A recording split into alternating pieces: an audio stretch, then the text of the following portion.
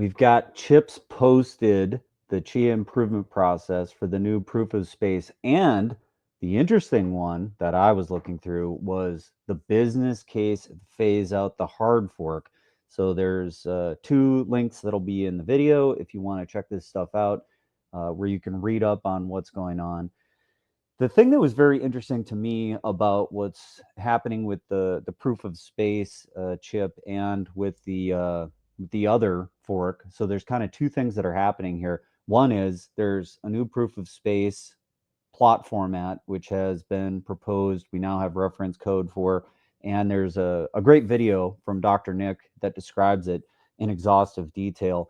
And then we have another chip which talks about how this could be phased in. So there's two things that are worth reading. One of the things that I found really interesting about this is there's a phase out period where, and I'm quoting from the chip here, original proofs of space will become increasingly unlikely to win a block. The probability of winning a block will be scaled down linearly starting at the activation block to reach zero probability after 256 days. In order for a plot to win a block, it first needs to pass a plot filter. So there's a proposed way that this new plot format is going to be phased in, and it's directly addressed within the chip about the rationale for why they want a new plot format.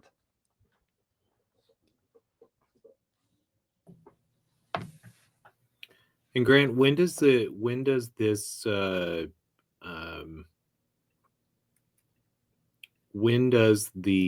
filtering begin to occur to filter out the old plot formats? Is that May 2026?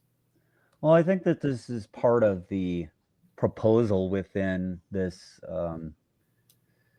chip. So there's two chips. It's chip 48 and 49. The one that I've got on the screen right now is 49, and here's where it starts talking about the phase out period of how this is going to work and some of the rationale. So it talks about this here where it says this is why we're producing this new plot format. It says the old plot format is still secure. You know, the plot format remains secure, but there's two broad issues. And this is stuff that we've talked about in the past, which is Chia had very much styled itself as a low energy chain. But as these two things crept in, that we've got plot compression and potential grinding attacks that can exist on the Chia network, instead of it being proof of space, it starts to look more like proof of work. So you can see that here in this little sentence. It says, neither of these issues, the two things I just said, is an attack on the network itself, but in both cases, they make time-space trade-offs, which causes the plot's proof of space format to resemble proof of work. As a consequence, the network is consuming more energy than was originally intended. So that's the situation we find ourselves in the Chia world of Chia, is that Chia wanted to address the energy use problems. This was a improvement on proof of work, which this is a form of, but instead of you constantly doing work, you do the work once, and then that work is amortized over the rest of the time that you would run your hard drives, and that hasn't played out in practicality. So as they're attempting to put out a new plot format and get adoption, because these Chia improvement processes need to be adopted, then this would also get hard forked in. So this is CNI and the rest of the group that's all working on the new plot formats attempt to return us to a low energy chain.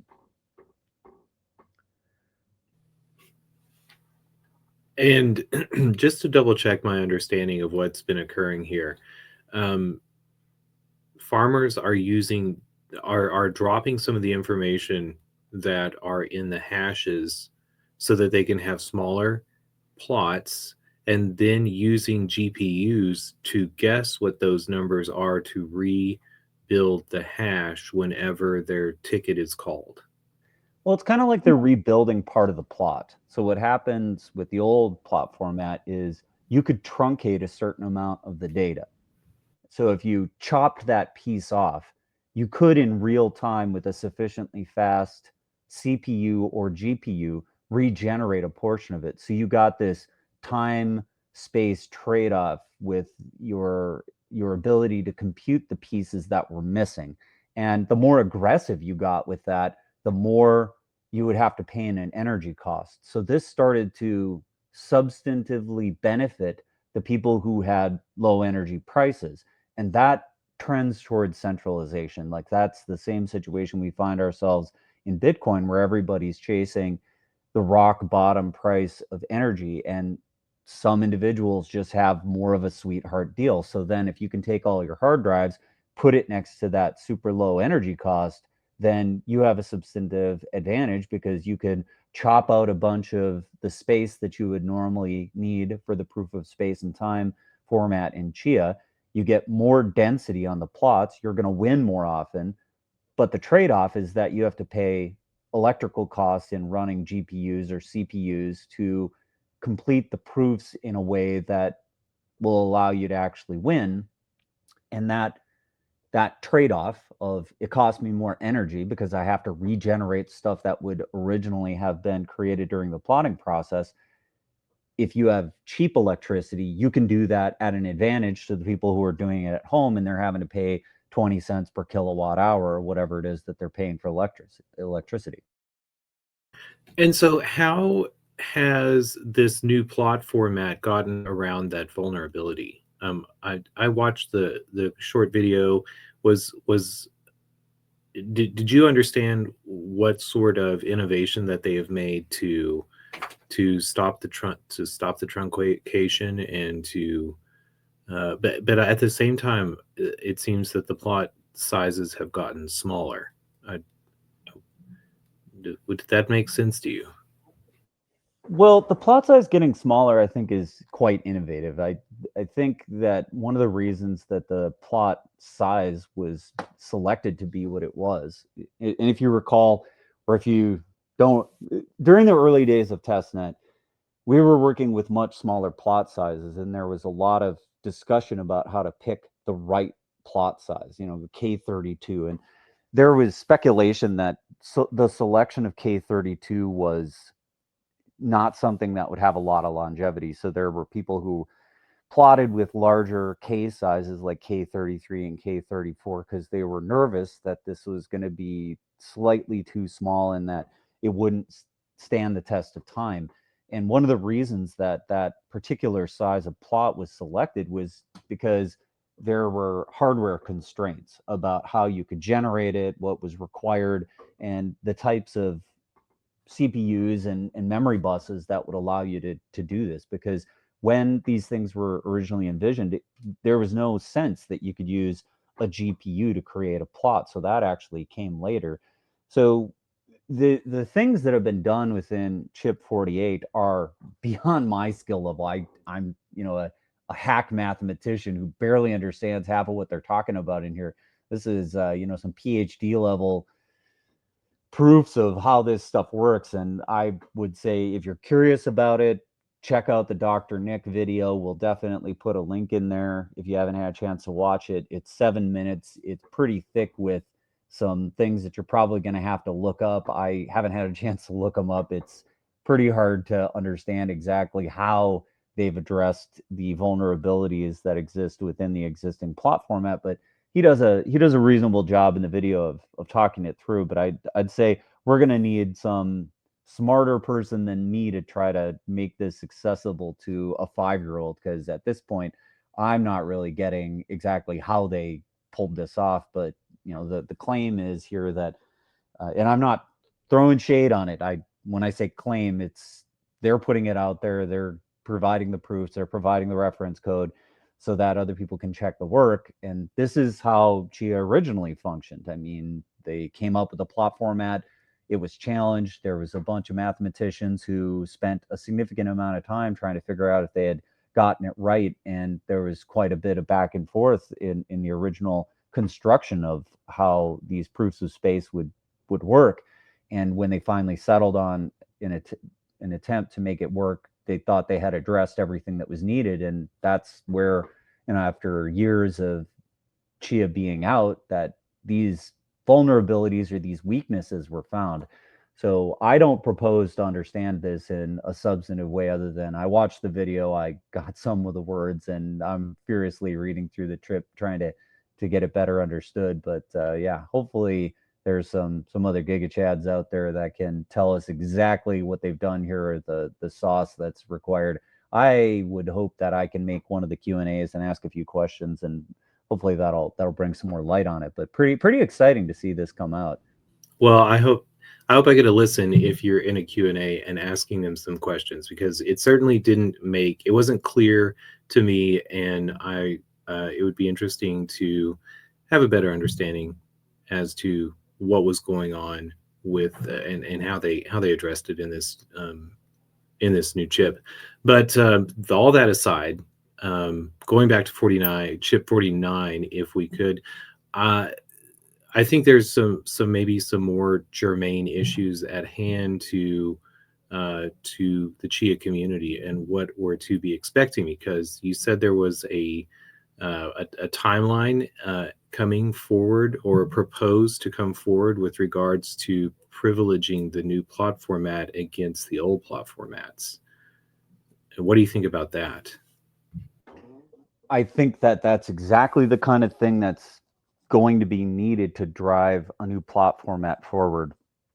If you think about the current economics of Chia, there are a lot of people who plotted when it was obvious you should plot. And I would say it's obvious you should plot when we had something to the effect of $1,000 Chia, and every plot you brought online was very obviously going to have a return on investment. There was a mad dash to plot as fast as you could, pre mainnet launch, right around mainnet launch, immediately after mainnet launch, because if you won a couple of blocks, you could pay off a lot of the hardware in short order. And so, the smartest farmers were plotting, selling their Chia immediately, paying off their equipment, and then sitting back and reaping the rewards. Here we are, 5 years later, and the price of Chia is nowhere near $1,000. We're at $12. So what is the incentive to replot your gear? And for those who have plotted, those who have farmed on Chia, they know what a Herculean effort this is. It's not a small effort. Like you have to get set up. There's labor costs involved. You have to do some amount of work to make this happen. There is no sense that this is just some automated thing that you can just run in the background and that it will be no effort to you. That likely is not the case. I mean, maybe we're going to see some substantive tooling that's going to come out from CNI or some other groups that will make this easy. But at least in the early days and even through now, it's quite the job and the required hardware to get this done. And for some people who have rigs that they haven't touched in a super long time, or even people who plotted originally with what we refer to as the OG plots, which are referenced in this chip, the original where you couldn't even join a pool with it unless you did this weird stuff and joined an OG plot pool.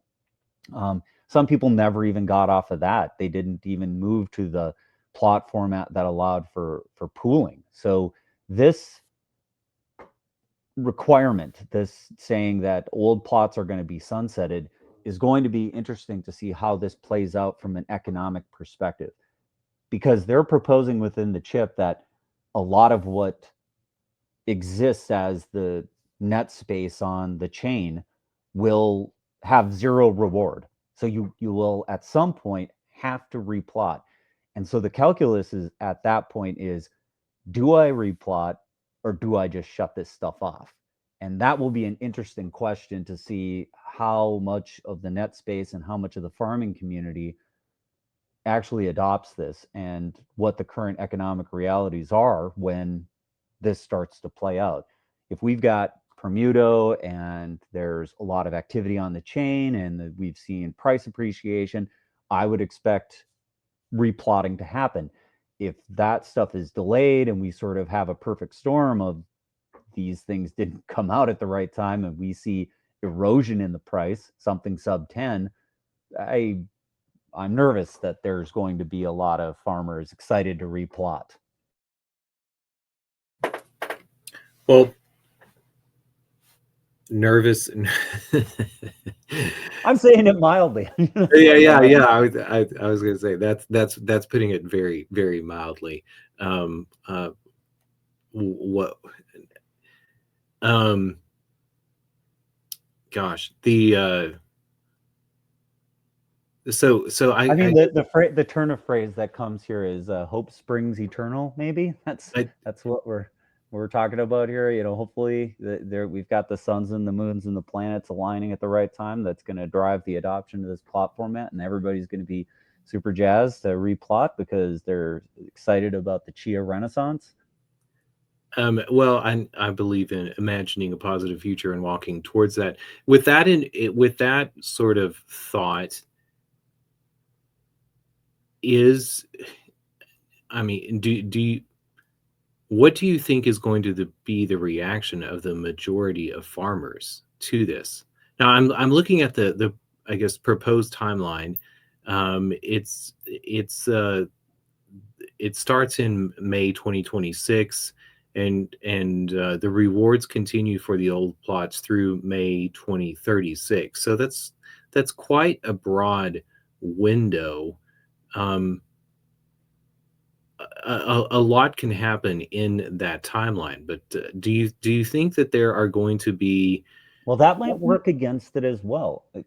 I mean, again, what's the incentive to replot at this point? So you have a relatively long window. So we've got 2026 and some time through 2026. This is a year and a half, 2 years maybe before this is really starting to like hit the radar. I might need to start thinking about this. And in between then and now, what if this plot format has some deficiency found in it, or if after running this thing for a while, somebody detects some issue that they hadn't thought of, which happened with the old plot format. I mean, I don't think bit dropping was really something that was on Bram and company's mind when they created the original proof of space format. And so this was somewhat shocking that this technique actually worked, and that this style of plot compression and bit dropping was a reasonable way to proceed.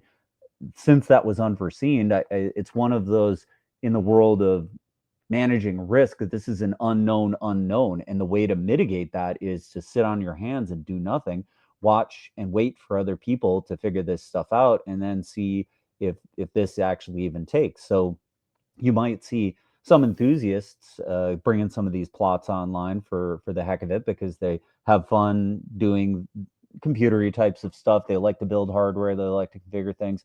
I would expect to see some amount of that going on, but to do it en masse and to convert your 14 petabyte farm over to this, I think would be extremely premature to, just rush right out and do that, especially if they ends up that there's something that isn't quite right with it. I mean, can you imagine replotting a 14 petabyte farm and using this K28, and then somebody says, whoops, K28 doesn't quite work, but K30 does, and these smaller K sizes are very, very small compared to a K32. So I could easily see something coming up like that, where the K28, which is proposed as one of the sweet spots for using the lower end hardware like a Raspberry Pi 5, if that ends up being an issue, you would have done all that work and now you get to do it again, and there is the money, energy, and time costs associated with replotting. And how long are how long does it is I should say, how long does it take to replot a petabyte? Well, it depends on the gear you're using. I think one of the benchmarks they're showing in these chips is using a relatively accessible graphics card. I think that 3060 is one of the ones that's used as a benchmark here, and how long it will take to use that. There's a calculus in here of exactly what that would take, and I can't exactly tell you how long, because one of the things that's involved with plotting is it's not just creating the plot, but it's getting it onto the drive correctly. And that was one of the challenges for people when they were plotting K32s, is not necessarily that you can't generate the plots in a reasonable way, but getting them onto the drive in a reasonable amount of time was somewhat of a challenge. And so people started, having to get faster networks and getting interchange that would allow you to move the plot into the right spot. Now, these things got more sophisticated as we got GPUs, because a GPU could plot a drive so fast that you could conceivably put your drive into your gaming rig or whatever had the GPU in it, and it could plot it in a reasonable amount of time that you could rip that drive out and then put it into the right spot. And so a lot of the cost is in this. I have to pull the drive out, put it into the right place, plot it, and then put it back to the next right place. So if you have a 14 petabyte farm, it really depends on the number of drives you've got, the amount of sneaker net you're doing, or if you've got the right interconnected gear that you can plot in place into your network attached storage or whatever way that you've racked all these drives.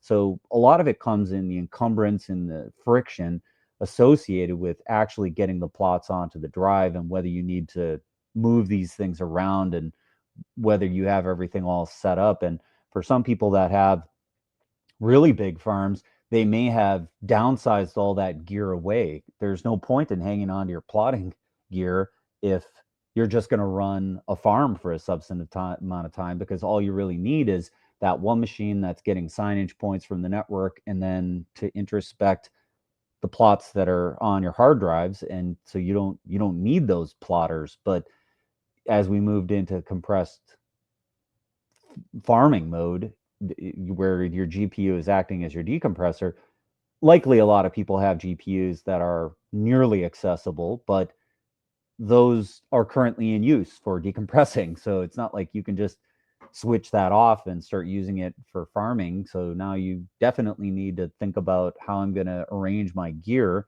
to be able to adopt this new format. And likely you're going to need another graphics card to pull that off with any substantive farm size. And so it becomes this big calculus for those who have largish style farms. And I would say anything north of more than a petabyte is somewhat of a challenge to get it replotted. So when is the economic calculus make that a no-brainer? And do you think for smaller or the smallest of farms, and I'm thinking, old former evergreen customers and people who might not have ever plotted to begin with, can they? Is it possible to plot or to replot to the new format remotely?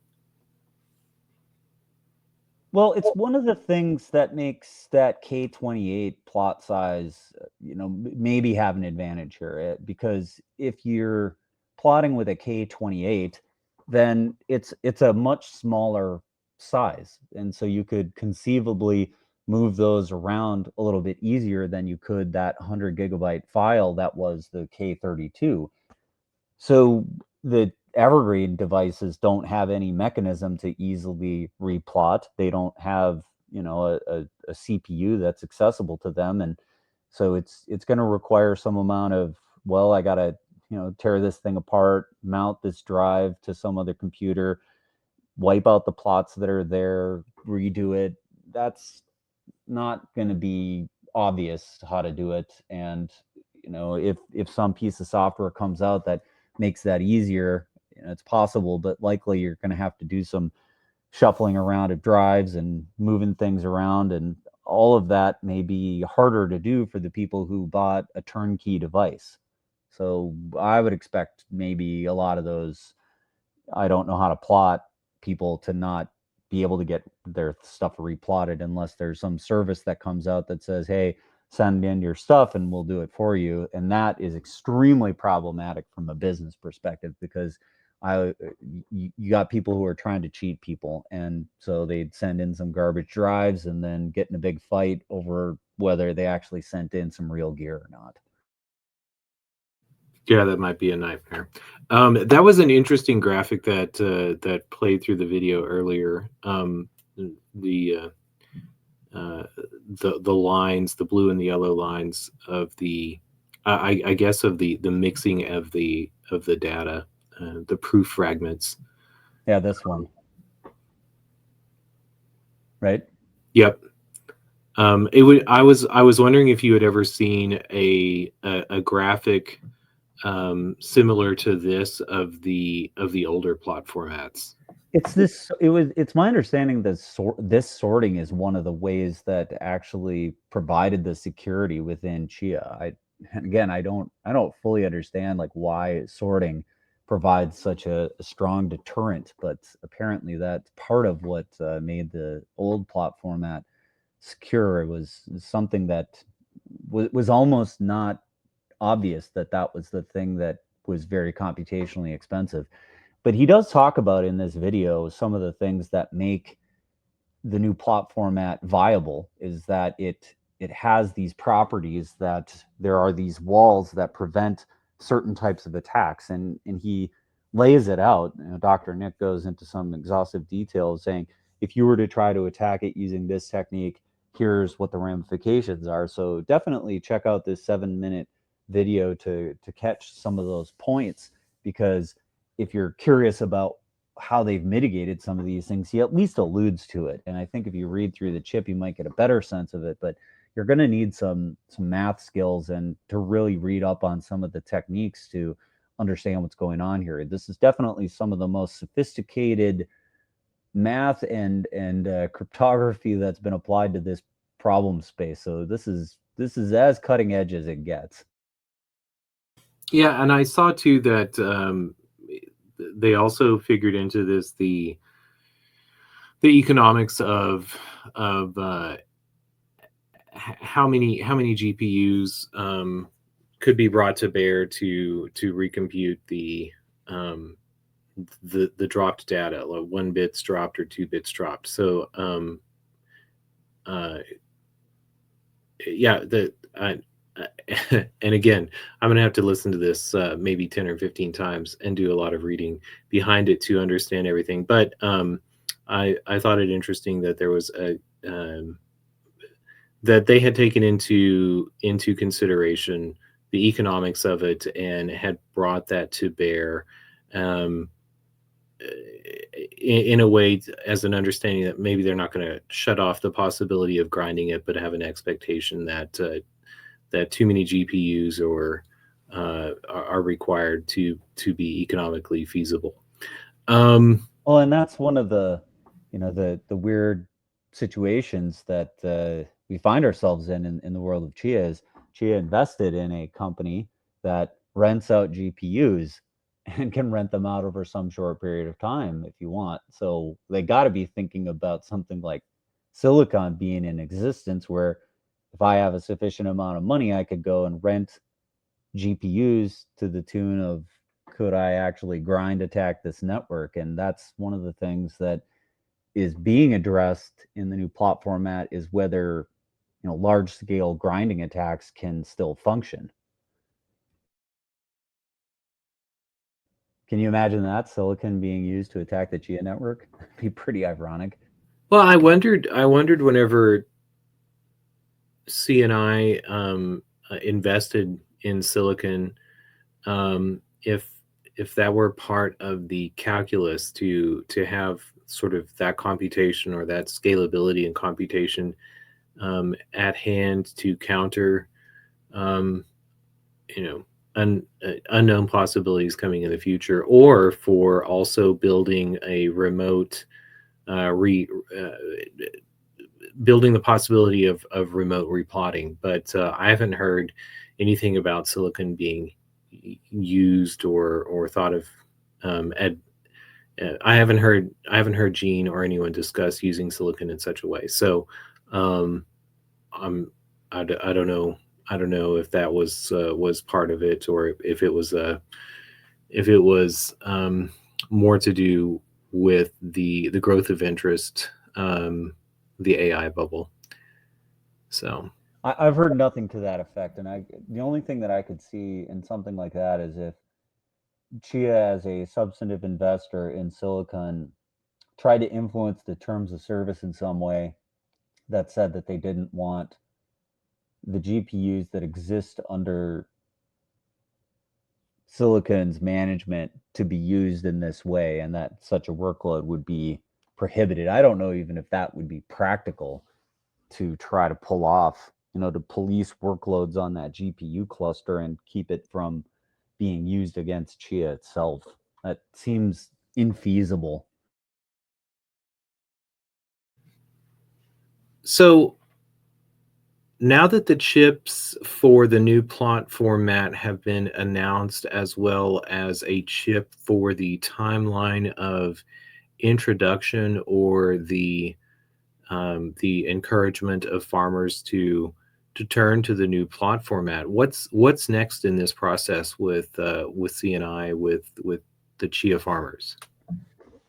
Well, the official line is that chips have to be approved, they have to be reviewed, commented on, and then the vote that happens is, well, do you adopt the software or not? And that's ultimately the way that anything gets adopted. But you got to think practically about who would say no to this. In what world would they stand behind a decision to not adopt this and cause a chain split? I mean, that's realistically the only thing that can come of a hard fork like this, is that a substantive number of people stay behind on the old software, and that somebody picks up the version of software that existed before this got forked in, and then maintain it, and that those people sort of go their own way. That has occurred on other blockchains. That happened with Ethereum, it's happened with Bitcoin. Could it happen with Chia? Possibly. I don't see that as realistic. I think mostly the community is following along with what CNI is proposing, and is doing, and in many ways is operating in lockstep with the proposals that are being put out by CNI. We've seen community proposed chips that have gotten adopted, and a relatively minor set of chips have been voted down and that haven't been adopted. But I would expect that this one will be adopted. The hard fork will be adopted on the timeline that's in proposed here. And the community is small enough and friendly enough to CNI that this will be seen as desirable. Some of the other things that are kind of interesting with this hard fork is some stuff that got soft forked in before, operators and some of the Chia Lisp stuff, is going to just get moved into the canonical Chia Lisp, which is an opportunity anytime you're hard forking the chain to sort of wipe out stuff that would have otherwise only gotten in through a soft fork. And in the early days of Chia, they said that they would loath to do any hard forks. They were never going to hard fork. Well, that had to get walked back pretty fast, and you don't hear Chia or Chia Network Incorporated really crowing about their plans for never hard forking anymore. So I think hard forks haven't really had the sort of negative connotations on Chia that they've had on other chains, because everybody seems to be upgrading on a pretty regular basis, especially when we had that last problem that necessitated everybody upgrade. That was pretty tough for the chain, and that is just more evidence of the fact that everybody's pretty much following along. So I'd be shocked if this didn't just get adopted and rammed through. Well, and you'd have been a little bit more worried if they were excited about upcoming hard forks to begin with. Um, I saw that there had been a soft fork for CLVM, for an upgrade to the CLVM that had been soft forked in. Do you recall the details as to um, what that soft fork was? Chip 36, KECCAK 256. I think that was something for vaults. Like, it was a way that you could calculate certain types of signatures, and that allowed for certain types of compatibility with the signer. There are things that they wanted to do with the hardware on iOS that wasn't possible if we were to continue to use the default signature type on Chia, because it's just not that well adopted. So the BLS signature type, that is the primary one on Chia, they adopted some other ways of doing it so that they could be more compatible with existing hardware, because BLS just has not seen the widespread adoption that I think was hoped. especially if Ethereum had adopted BLS, which I don't believe they ended up doing. Although I've got to check on that because I think that there were proposals that Ethereum would adopt BLS, but I think Chia is one of the only major blockchains that ever really adopted the more advanced signature type. I heard once that Ethereum had considered BLS signatures on the outset, but opted not to go with them. But that's another conversation. Um, Anything else that these new chip proposals bring to mind before we close it out? You mean as far as things that have happened in the past? I mean, things that have happened in the past. Any observations as to um, any any other conflict or issues that are going to come with the introduction of this new plot format? I think the main consequence of this, and if I were to anticipate where the discussion might go, it's resistance to replotting at all. I mean, this introduces like a hard sunset for existing plots, and that means that some people who have made their living on this, I would look at Mad Max, Gigahorse, some of these other things where they have this component where they have made money by operating off of a centralized piece that they're getting a portion of the fees.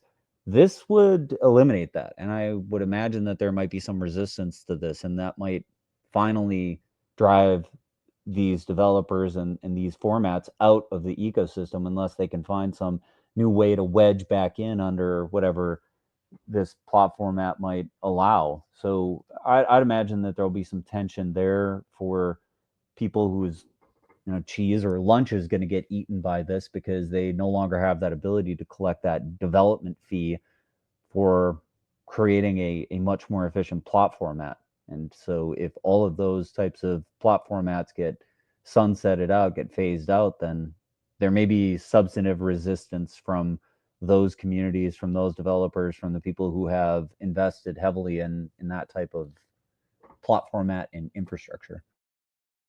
And do you have any sort of thought as to what percentage of the community will carry it over? I mean, you talked about the possibility of there being some rebellion, and some people hold on to um, Chia pre chip 4048. Um, is there some sort of threshold of community members that adopt it, or farmers that adopt it to carry it forward? I I think it'll be interesting to see it play out because this would sunset no SSD, it would sunset Gigahorse. I mean, this is going to it's going to reduce the diversity of plot formats and the ecosystem down to this plot format. Eventually, this being the thing that you have to use, and so all of that innovation, all of those different communities would get collapsed into everybody's back onto one thing, low energy.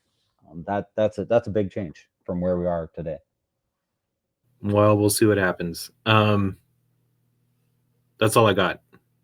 I think it is very interesting to see this come out today. I'm excited to have watched the video. I am looking forward to attending the Q&As, so those will be coming up. If you want to hear more about this stuff, you'll be able to check out the upcoming AMAs. We'll put some links in there, and definitely pop in, ask some questions, and let's all get educated together about how this might play out. But we're definitely excited to see this happening, and we'll check you next time on FOMO.